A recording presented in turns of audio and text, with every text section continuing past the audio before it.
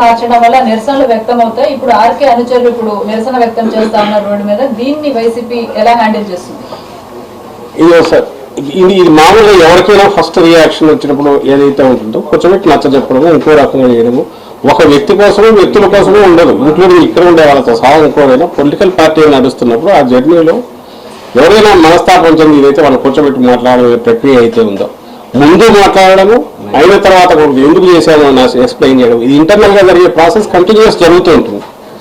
అందులో ఒక్కొక్కసారి ఏదైనా కారణాల వల్ల ఇదైనప్పుడు దాన్ని తట్టుకోగలిగిన కెపాసిటీ పార్టీకి ఉందా లేదా అనేది ముఖ్యము. అది ఈ పార్టీకి ఉంది, ఎందుకంటే సజీవంగా ఉంది, జనంలో ఉన్నారు కాబట్టి. ఇప్పుడు కూడా ఇప్పుడు నేను మాతో బత్స గారితో ఎవరో కలిసి పనిచేస్తుంటారు. సహజంగానే మా నాయకుడికి ఇది అయిపోయిందని వాళ్ళు హర్ట్ కావచ్చు.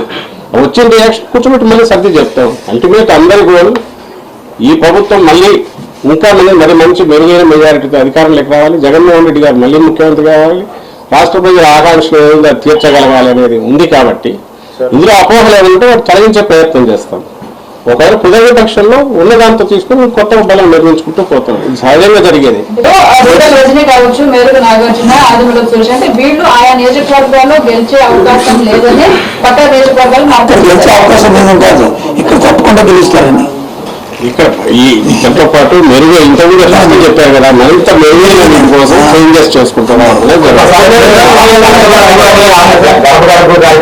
ఆరోగ్య సురక్ష మొత్తం నియోజకవర్గం అంతా తిరిగేశారు, తిరిగారు. వీళ్ళంతా ఒక పొజిషన్ అంటే అక్కడ మొత్తం పబ్లిక్ లో గుర్తింపు తెచ్చుకున్నారు. ఇప్పుడు మళ్ళీ మీరు వ్యక్తిగతంగా వ్యక్తుల మధ్య చూడకుండా బాగా చూస్తే ఫస్ట్ నుంచి చెప్తున్నది ఇక్కడ పార్టీగా జగన్మోహన్ రెడ్డి గారు అధ్యక్షులుగా, ముఖ్యమంత్రి గారే కాదు అధ్యక్షులుగా శాస్త్రీయంగా ప్రతిదీ లోతుగా చూసిన తర్వాతనే నిర్ణయాలు తీసుకుంటున్నారు.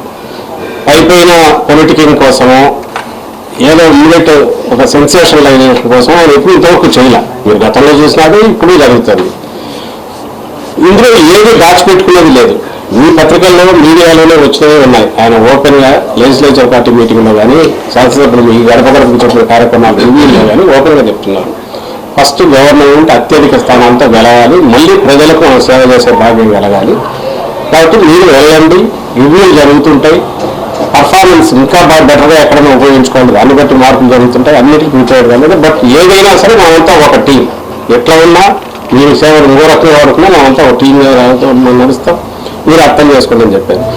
అందులో భాగంగానే ఇవి జరుగుతున్నాయి. మీరు గమనించాల్సింది ఏం చెప్పదలుచుకున్నాయంటే, అపోజిషన్ అనబడే వాళ్ళు చెప్తున్నవి ఏదైనా ఉన్నా వాళ్ళు ఇంకా ఈరోజు గాలిలో మాటలు చెప్పి మేము అది చేస్తాం ఇది చేస్తామని కనపడని, అసలు ఏం చేస్తున్నారో కూడా తెలియని రకంగా ఒక రకమైన కన్ఫ్యూజ్ చేసే ప్రక్రియ వాళ్ళు చేస్తూ, అసలు ఏ ప్రయత్నాలు చేయకుండా ఎక్కడ ఏ స్థానంలో ఏమి పెట్టగలమో కూడా ఆలోచన లేకుండా, అసలు పొత్తులంటూ ఆ పొత్తులకు దారి తెమ్మి లేకుండా వాళ్ళు కొట్టుకుంటుంటే, ఈ పక్క మా పార్టీ జగన్మోహన్ రెడ్డి గారి నాయకత్వంలో వైఎస్ఆర్ కాంగ్రెస్ పార్టీ నిర్భరంగా ప్రతిదీ అంచనా ఆచితూచి అడుగులు వేసుకుంటూ, ఇప్పటికే మీరే గమనించారు, ప్రజల్లో మమేకమై గడప గడపకు పూర్తి చేసుకున్నాం.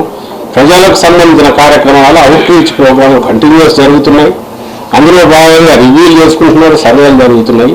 ఇదంతా ఎక్కడి నుంచి వచ్చిందంటే మేము ఇంతకుముందు అన్నట్టు శాస్త్రీయంగా ఆయన చేస్తూ వస్తున్నాం. అందులో భాగంగా జరుగుతున్న నిర్ణయాలే కాబట్టి శాసనసభ్యులను కన్విన్స్ చేయగలమన్న విశ్వాసం మాకుంది. అలాగే కొత్తగా ఏమైనా తీసుకున్నా వాళ్ళని కూడా.